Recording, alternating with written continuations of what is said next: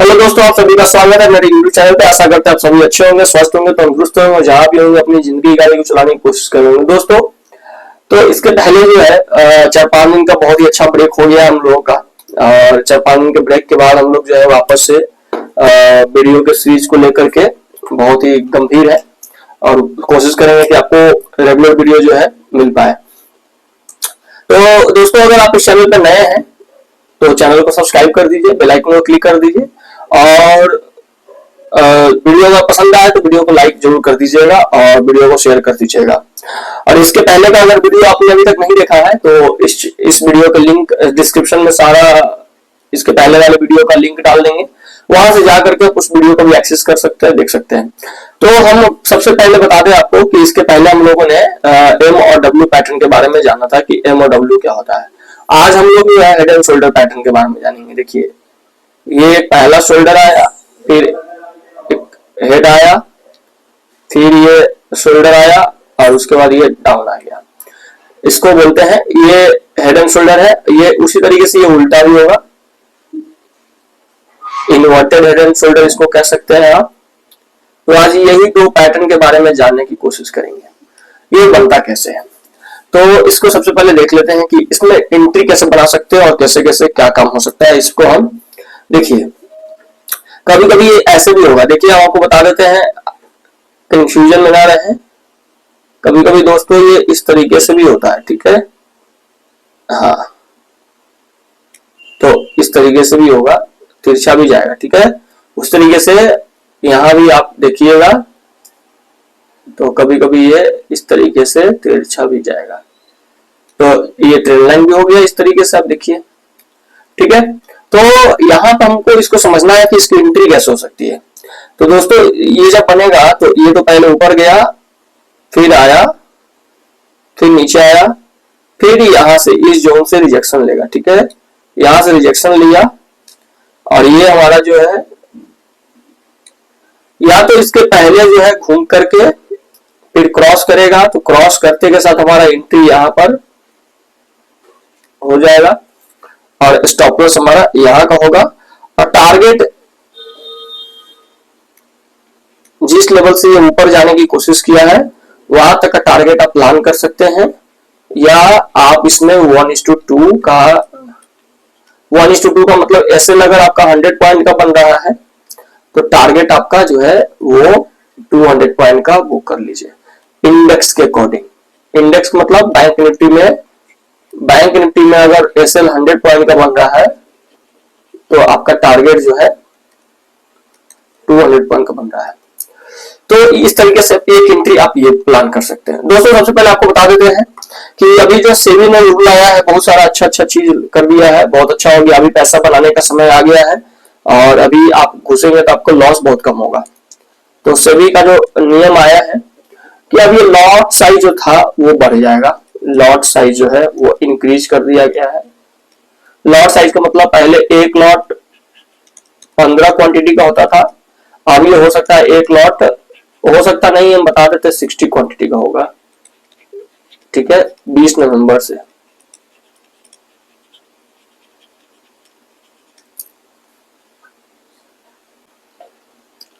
ठीक है, जो पर डे एक्सपायरी होता था यानी कि डेली एक्सपायरी, उसको खत्म कर दिया गया है। डेली एक्सपायरी को खत्म कर दिया गया है, यानी कि पहले मंडे को मिड कैप होता था और एक दिन बैंक एक्स भी होता था शायद। उसके बाद ट्यूसडे फिर निफ्टी होता था, वेडनेसडे बैंक निफ्टी होता था, थर्सडे निफ्टी और फ्राइडे सेंसेक्स का होता था, सेंसेक्स। तो ये डेली होता था। लेकिन अब क्या किया है बैंक निफ्टी ने,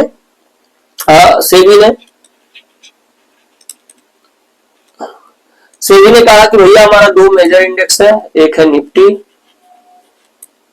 और एक है एनएसई और बीएसई। एनएससी और बीएससी, ठीक है, इसको समझते हैं। एनएससी को बोला गया कि आप भी कोई एक इंडेक्स को पकड़ लीजिए, और बीएससी को बोला गया कि आप भी। तो बीएससी में दो था, बैंकेक्स था और सेंसेक्स था। तो बीएससी ने कहा कि भैया मेरा सेंसेक्स रहेगा, ये आपको वीकली एक्सपायरी होगा। और निफ्टी में भी दो इंडेक्स था, निफ्टी में तो और भी इंडेक्स था, मिड कैप भी था, फिर निफ्टी भी था, लेकिन इसमें बोला गया कि नहीं, बैंक निफ्टी का भी अभी वीकली एक्सपायरी नहीं होगा, अब सिर्फ निफ्टी 50 का होगा।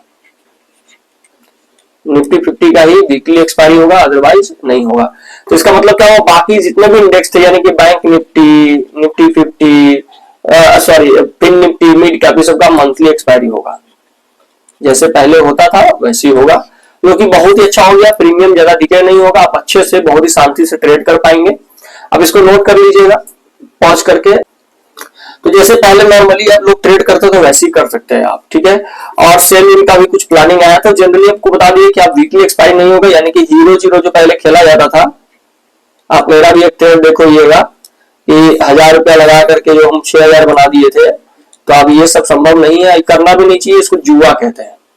ये गैम्बलिंग है, स्पेकुलेशन है, इसको आप प्रमोट नहीं कर सकते हैं, ठीक है दोस्तों। और दूसरा दोस्तों, कभी भी इस दुनिया में आने से पहले हम समझो इसका सिस्टम डेवलप कर लीजिएगा, न तो आपको ना भगवान भी नहीं बचाएगा इस दुनिया में लॉस करने से, ठीक है। इसका सिस्टम डेवलप कर लीजिएगा। हमने शुरुआत में बहुत लॉस किया है सिस्टम ब्रेक करने के लिए। अगर आपने कोई सेट ऑफ रूल्स बनाया, ठीक है, पैटर्न बता रहे थे लेकिन हम थोड़ा सा इसमें डिस्कस कर देते हैं। अगर आपने कोई सेट ऑफ रूल्स बनाया है अपने लिए, जैसे सेट ऑफ रूल्स ये है कि one trade a day, one trade a day, तो ये दोबारा नहीं होना चाहिए, टूटना नहीं चाहिए, ठीक है, वन ट्रेड अ डे। उसके बाद 1:1 का टारगेट अगर दे देता है मार्केट, तो हमारा जो एसएल है वो शिफ्ट होकर के अब कॉस्ट टू कॉस्ट पे आ जाना चाहिए, कॉस्ट टू कॉस्ट। जैसे इसको हम ऐसे बताते हैं, यानी कि मान लीजिए 320 पे आपने बाई किया है, एंट्री है आपका, और एसएल आपका है 40 पॉइंट का, यानी कि 280 का, ओके। एक लॉट 15 का होता है।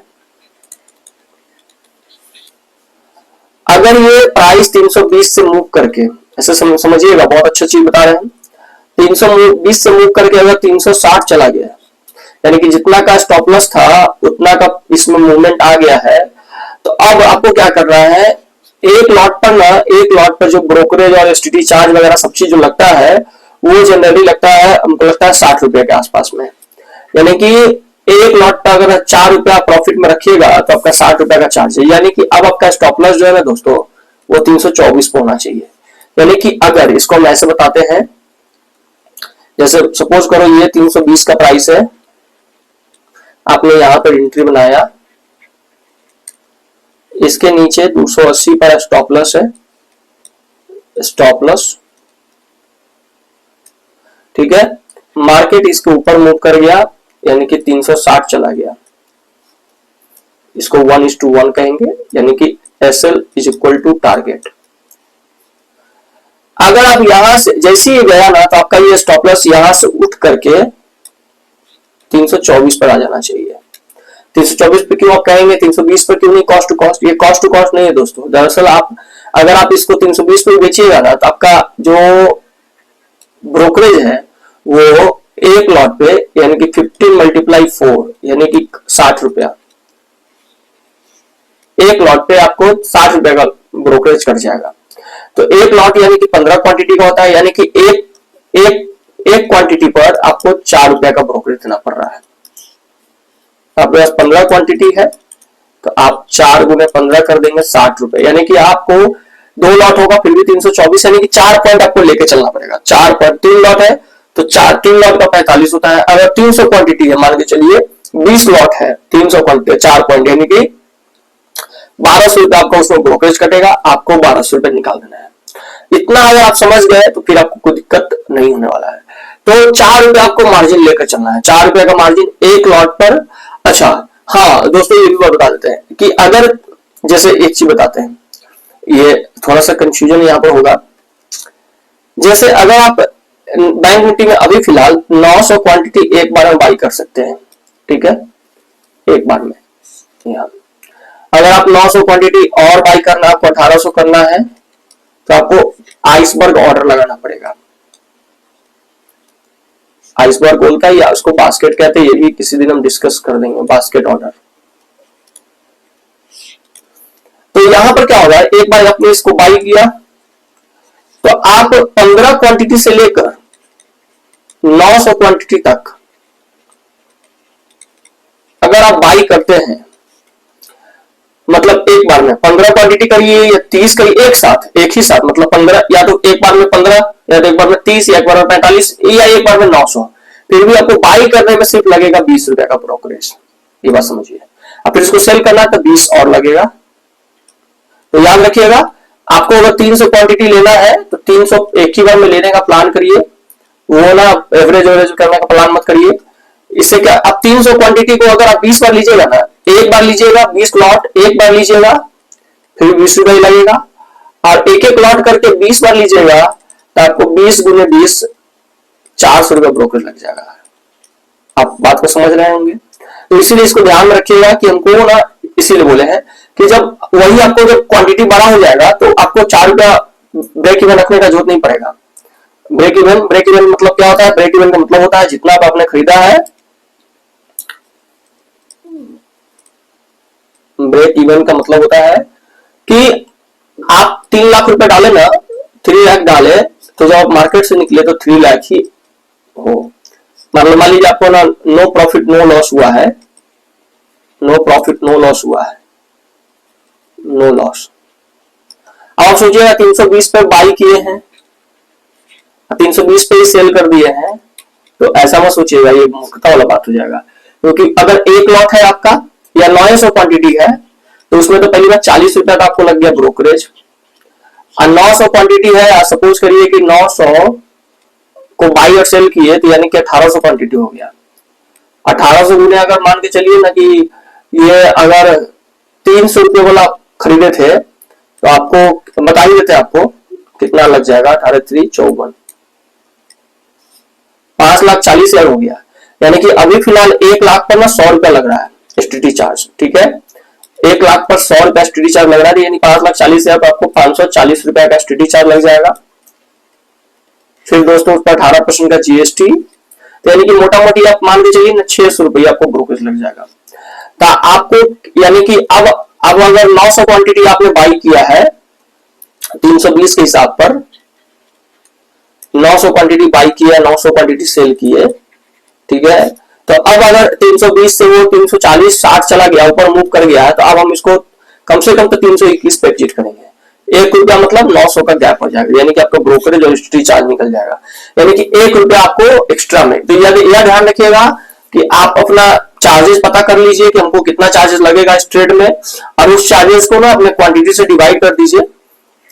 डिवाइड करिएगा, उन चार्जेस को क्वांटिटी डिवाइड करिएगा तो उसमें पता चल जाएगा कि कितना रुपया में ये चार्जेस डिवाइड हो जाएगा। उतना रुपए ज्यादा लेकर के ही आप ट्रेड में से एग्जिट लीजिएगा, ना कि 320 पे ले लीजिएगा। 320 पे लीजिएगा ना तो अगर 900 क्वांटिटी आप बाई करते हैं तो ऑलमोस्ट आपको 600 रुपया का ब्रोकरेज लग जाएगा, एसटीडी चार्ज सब चीज चार्जेस मिला करके। तो यानी कि 320 पे लिया, 320 पे सेल कर दिए, तो आपको फिर भी 600 रुपया लॉस में आप हैं। तो ये ध्यान रखिएगा कि आप 600 रुपया एक्स्ट्रा में ही, मतलब 600 रुपया, जब 600 से 1000 का प्रॉफिट दिखा रहा होगा ऊपर से लौटने में रिवर्स मारेगा मार्केट, तब आप मान लीजिए कि 320 का प्रीमियम चला गया 360 पर 40, यानी कि 900 गुने 40, यानी कि आपको मान के चलिए बात बता रहे हैं 40, ये स्कैल्पिंग हो जाएगा ऐसे में। 900 गुने 40 हो गया 36,000। तो अब अगर ये 36,000 से प्राइस नीचे आने लगा ना, तो ये दिमाग में रखिएगा कि अब ये 36,000 अभी प्रॉफिट दिखा रहा है, ये 1000 या 2000 दिखाने लगे तो वहां पर एग्जिट ले लीजिए, क्योंकि उसमें आपका चार्जेस भी होता है। ना कि आप पूरा जीरो होने दीजिएगा, और ना कि आप कहिएगा कि नहीं जब पूरा प्रॉफिट खत्म हो जाएगा तब हम एग्जिट करेंगे, नहीं, वैसा काम नहीं करना है, नहीं तो गड़बड़ हो जाएगा। अब हम आते हैं, थोड़ा सा हम आपको बता दिए, सिखा दिए हैं। अब यहाँ पर आपको क्या करना है, एक तो एंट्री बता दिए कि कैसे करना है। दूसरा एंट्री देखिए, ये लेवल पे आ जाएगा, नीचे आकर के एक कैंडल कम से कम, जैसे ये रेड कैंडल से नीचे आएगा तो यहाँ पर एक कैंडल ग्रीन बनाना चाहिए, ये वाला कैंडल ग्रीन बना के ऊपर जाएगा, और ऊपर से जब नीचे गिरेगा ना तब हम यहाँ पर एंट्री बनाएंगे। और इसके ऊपर में SL और ये टारगेट या 1:2 का टारगेट, यानी कि जितना का SL बनेगा उसका डबल का टारगेट। सेम चीज आप इसमें भी कर सकते हैं।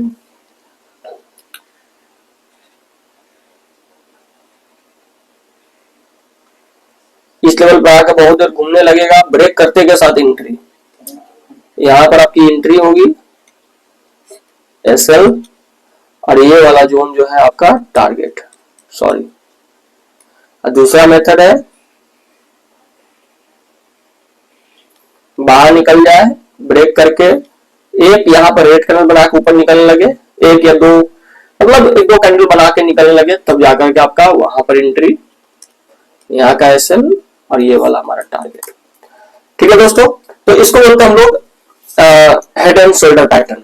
अब इसमें कैंडल में भी आप करके देख सकते हैं, तो अभी देख लेते। तो दोस्तों इसको जाकर चार्ट पे ढूंढिए, इसी तरीके आपको पता चल गया होगा, एम देखने के बाद आपको पता चल गया होगा। अब यहाँ पर क्या होगा, अगर हेड एंड शोल्डर बना होगा तो नीचे से ऊपर जाने में आपको पता होगा ग्रीन कैंडल से गया होगा वो। ठीक है, यहाँ पर अगर इसको लेके जाते हैं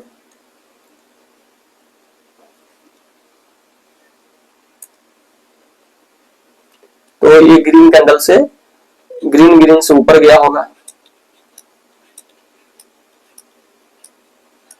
ऐसे कर करके। ठीक है, फिर ये एक करके बता देते, फिर रेड से नीचे आया होगा,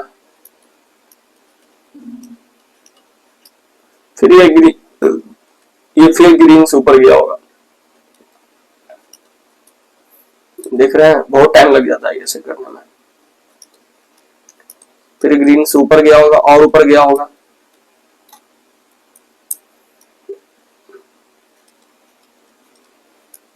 फिर रेड से नीचे आया होगा,